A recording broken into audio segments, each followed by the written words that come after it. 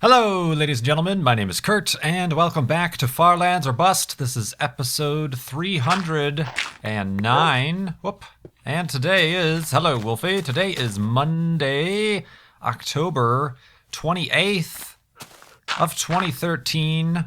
Let's grab Wolfie and continue west. Now, this Monday, October 28th, is the Monday before Mindcon. It's happening the 2nd and 3rd of November. And this will probably... This will be the last episode of Farlands or Bust ever. No, before I depart for Mindcon and do all that stuff. I've already been doing a lot of stuff. So I really quickly wanted to record this and get this up. Might be a bit late or a day late. If it is, then happy Tuesday, but if not, happy Monday. So yeah, we're still walking to the Farlands. Obviously, that's still something we're doing, despite having blasted past the fundraiser goal through the Mindcrack Marathon weekend, where we raised $117,847.69. And the current total that's being added to from Farlands or Bust, you guys are still giving at farlandsorbust.com, $47,903.82. So add those two together, and what do you get? More than $100,000, which was this season's goal. But I'm not pressing F3 yet, saving that for a special thing later, and not scheduling any flobathon or live stream things because Mindcrack Marathon, Mindcrack Marathon, and Mindcon just taking stuff, time, and effort, and my brains. I'm honestly, this past weekend, you haven't seen too many videos from me. Just a bit worn out. I need to recover, and I don't want to get sick. I do not want to be this year's Justra. Poor guy. Last year, Justra... Whoa! Careful, Wolfie. Last year at Paris, Justra got sick and was confined to the hotel room for the duration of the weekend, pretty much. And I do not want to be him. I do not envy him for that. So I'm doing my best, trying to take it slow and take care of myself. Just things. There's always things. It's dealing with those things that matters about. So yes, still going to Mindcon. Although, to be honest, there were some iffy situations there, but I'm still going to Mindcon. Like I said, that's November 2nd and 3rd in Orlando. If obviously you have tickets, then you already know. The Mindcrack panel is the only panel I'm going to be on that I believe is yet to be announced. The schedule has yet to be announced. So that's that. Of course, all of us are going to be around the convention area. We have no idea what it looks like, what there is. I'm going to go over to this plains biome here because I'd rather avoid all those cactuses for Wolfie's sake. No idea there. And of course, there's the Mindcrack meetup, which... if you've bought tickets, then you already know, but you should have also gotten an email. Good has been reminding on Twitter and elsewhere that you should have gotten an email if you purchased a ticket to attend the Mindcrack meetup on Friday, the 1st. You should have gotten another email, and you have a form to fill out, which will secure your attendance. So make sure you do that if you haven't. It's hard to get the word out. So I'm attempting. So do that. So there's that. Amongst other things, this might just be a 2-day episode because I still have a lot of stuff to do, a lot of things to take care of, and I'm still. I got a little bit of a headache. Don't be afraid. If I am sick and for whatever reason I do end up in Orlando, I will quarantine myself. And I would apologize, but I don't think I'm getting sick. This is something else, but it's just exhaustion, so I want to take it easy. Woof, Wolfie agrees. So yeah, I had just a few things to talk about. There are some questions, but I think I'll skip those for now, because this is going to be kind of a little bit of an off episode. Some things to discuss if this is your first Minecon, if it's not, if this is the first time you're meeting some of your favorite YouTubers. little tips, little pre-Minecon tips and tricks and etiquette, I suppose. Obviously, the people who went last year, myself, BOO, Good, Pause, Justra to an extent. Who else went? BTC, the Doc, Generic B. Kind of know what to expect to an extent. I think last year's Paris attendance was 4,500, and this year they sold 7,500 tickets. So it's a bigger event. It's in the U.S. So I don't think any of us know what to expect, but just a few ideas. I mean, I know, and it's still weird. It's always going to be weird. Well, at least for me, I can't speak for others, that you guys want to meet us? It's not, I mean, you're not weird, but it's just, we don't look at ourselves in the celebrity status, I suppose. And, you know, it's still odd that we hear from so many of you and that so many of you bought tickets to the Mindcon meetup and Mindcon and blah, blah, blah, blah, blah. But I just wanted to remind you, we're people too. Feel free to say hello, come up to us, and ask, you know, careful, Wolfie. Wolfie wants to get a word in edgewise. Ask for an autograph. To be honest, autographs are weird, a weird thing for me. It's like, why do you want me to print my name? And that is your memorabilia. But if that's what you want, I will not judge, and I will oblige. That failed. Take a picture. You know, we're people too. You can approach us. I know you might be nervous, but we are as normal as I can hope to be. And I hope everybody else feels the same way. We're as scared of you as you are of us. We're like spiders. Spiders! But also, to add to that, I mean, if there is any similarities to Paris, there were times where we got quite surrounded by people. So in cases like that, just don't, you know, try to say hello, autograph, and picture, but don't turn that into a full-length panels of frequently asked questions, on right there on the spot when we're surrounded by a bunch of other people in a very crowded hallway or something like that, you know. So just a little bit of etiquette is all I'm suggesting, and I hope none of this is coming off as like big-headed or anything, but I'm just trying to reassure myself. That's probably what this is. But speaking of that also, and this is more for the bigger channels, because we noticed we didn't have this problem, but we noticed at times, but it wasn't really a problem. We noticed last year Captain Sparkles was in Paris, and everywhere he went, on the convention floor, even outside of the convention area in Disney, he was being followed by a group of anywhere between 20 to 40 people and kids. And while we appreciate, I'm sure, your vigor and your enthusiasm, that might not be a good time for the person being followed or for you. You know, you're there for everything, not just one person, for the entire convention, for other people, for whoever you came with, and if you didn't, to meet new people. Just avoid doing that, I would say. And even, you know, now, I don't know how, you know, I think Jordan's going to be there, and I know at PAX we were hanging out with him and stuff, and he was pretty free of that. I don't think he really made it a point to. Have I been walking the wrong way? I've been walking the wrong way. Oh man, maybe I am coming down with something. Who knows how long that lasted. But yeah, don't do that. Just don't. That's like one thing that you should not do is follow somebody around. Especially, you know, there are going to be many chances to say hello and get your picture or whatever. So just enjoy yourself throughout the rest of the time that you're there, and everybody's gonna be happy. Let's see, the sun's going down. Woof, Wolfie has realized that.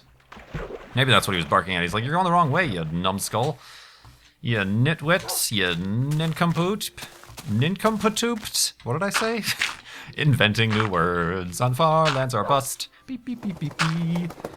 Alright, let's let's sleep here, and then I will get through the rest of my little list of Minecon etiquette and ideas and tips and tricks in the morning.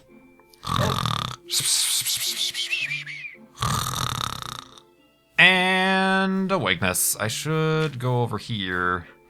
Okay. What else did I want to say? Also, obviously the autograph and the picture things are fine, but even that, ask. And this goes for anybody, not necessarily YouTubers or, maybe there's a cosplayer you want a picture with. Ask before you do anything. Can I take a picture? Can I give you a hug? Can I shake your hand? Well, shaking hand, if you extend your hand and I extend my hand, I'll shake your hand. But, ask. And even asking for an autograph. There are plenty of people, maybe you're nervous, that's fine. It's fine to be nervous, whatever. They'll just shove something in your face without a word. Just say, hi, can I have your autograph? It's fairly simple. It's an exercise in breaking out of your shell. But ask. I say this because last year there was a guy who I think it was before the panel. I was getting ready to walk in, and there was a big crowd of people. I was trying to make my way through the crowd. Hopefully the panels are better organized. I don't think it was well thought out to have the panelists have to stand in the same line as the attendees. That was weird last year. Somebody asked if they could pick me up. Can I pick you up? Very happily and as if this is something this jolly fellow does all the time. I said no. I appreciate him asking, but I assure you, I think everybody is going to answer no. I don't think anybody just wants to be picked up by a stranger. So just in regards to anything, ask.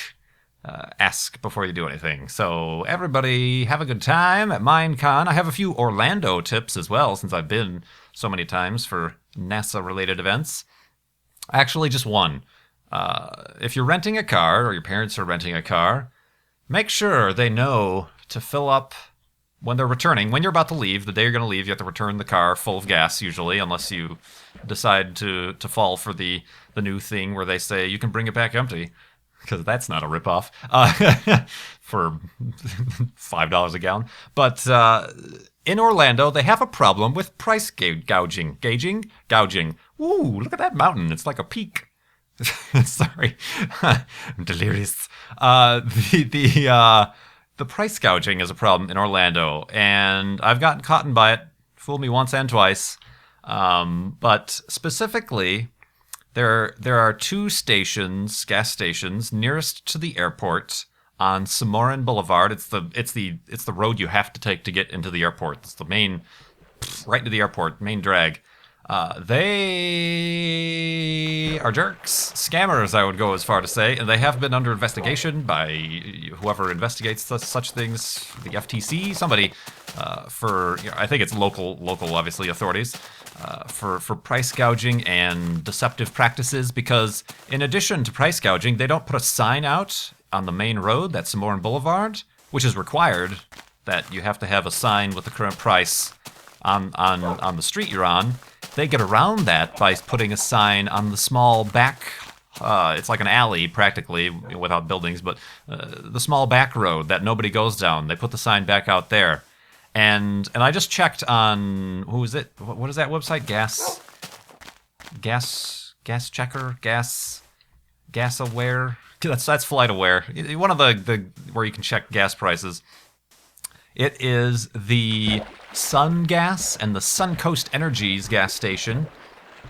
Right now, around Orlando, still within the 10-mile radius that you need to fill up your car from the airport and returning your rental car, it's about $3.09 a gallon, which is actually lower than it is here. Actually, Chicago has some of the highest gas prices for whatever reason, but $3.09. At these two places, the nearest to the airport, $5.29 a gallon for regular gasoline. So that, my friends, is what you want to avoid. So just make sure you avoid those places. The Suncoast and the Sun Gas. They're right across the street from each other, and you can't miss them because they don't have signs on the main road. But, many times people just go up, they have to return, they're late for their flight. and they don't see the price, but they just assume, oh, it can't, be outrageous, and then they see the price on the tank, on the little, as they pull up the nozzle, and it's $2 more than what it should be, and they've already have the nozzle in their hand, and they've already swiped their credit card, so they're just going to curse at the air and continue onward. It is a scam, but they're very devilish little guys, and I've been reading articles in checking for this, and their excuse, if you were to like go up to the manager and try to argue with them, or the reporters do, they're like, oh no, the gas companies make up the prices. We have no control over that. No. That's not the case. The local gas station sets the final price, and they purposefully gouge your eyes out. So avoid that. That is my one kind of Orlando area tip. I've already said this, but if you want to, you can avoid SeaWorld while you're at it too, and that might be a good thing too. But yeah, I also have, all right, half a day I could get through this. Kennedy Space Center, out east of Orlando. It's about an hour drive. Now, I've had this question, and I've answered it pretty much the same way, but since the Mindcrack meetup is a thing, and Mindcon, I've decided I'm not going to make it known if or when I'm going to be going to Kennedy Space Center. Just because we have the opportunity, two opportunities, Mindcon and the Mindcrack meetup, to say hello, and I don't want, for both safety's sake, looking at Captain Sparkle's experience last year at Mindcon, and also just for everybody's enjoyment's sake, I as much as I appreciate you guys being my fans, I don't want people going to Kennedy Space Center just to meet me. You should go to Kennedy Space Center to see the frickin' space shuttle, or see the Saturn V rocket, look at moon rocks from the moon. That's why you should go to Kennedy Space Center. So do that and enjoy it. If you're going to do that, like I said, it's about an hour drive east. It's pretty straightforward. If you stay to the main roads, it gets a little bit, there's a few changes you have to make, but Google Maps usually gets it right on the way there. It's way out in the middle of nowhere. Once you get on the right road, because all the signs say so. Hello, zombies. So do that. So yeah, I just wanted to get that out the way.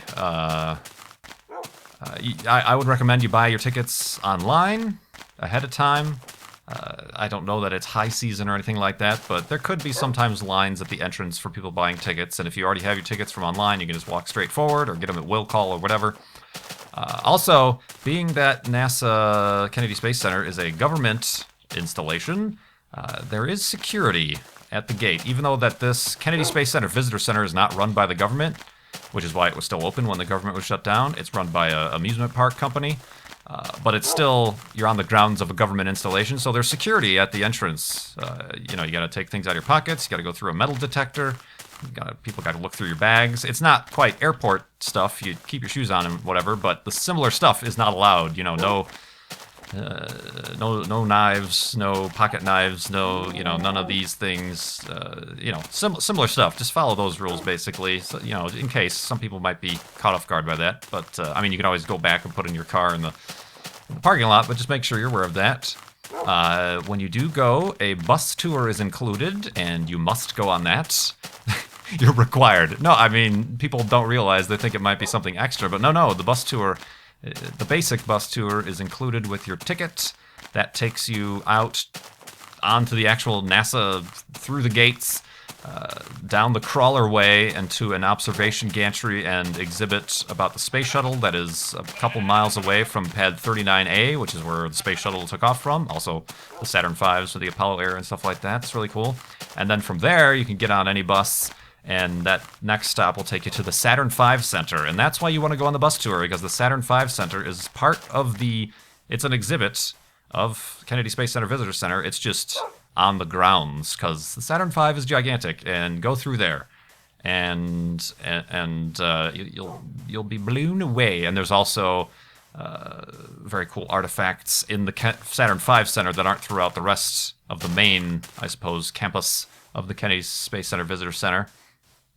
There are also additional up-close or behind-the-scenes tours that you can pay extra for that take you inside the VAB.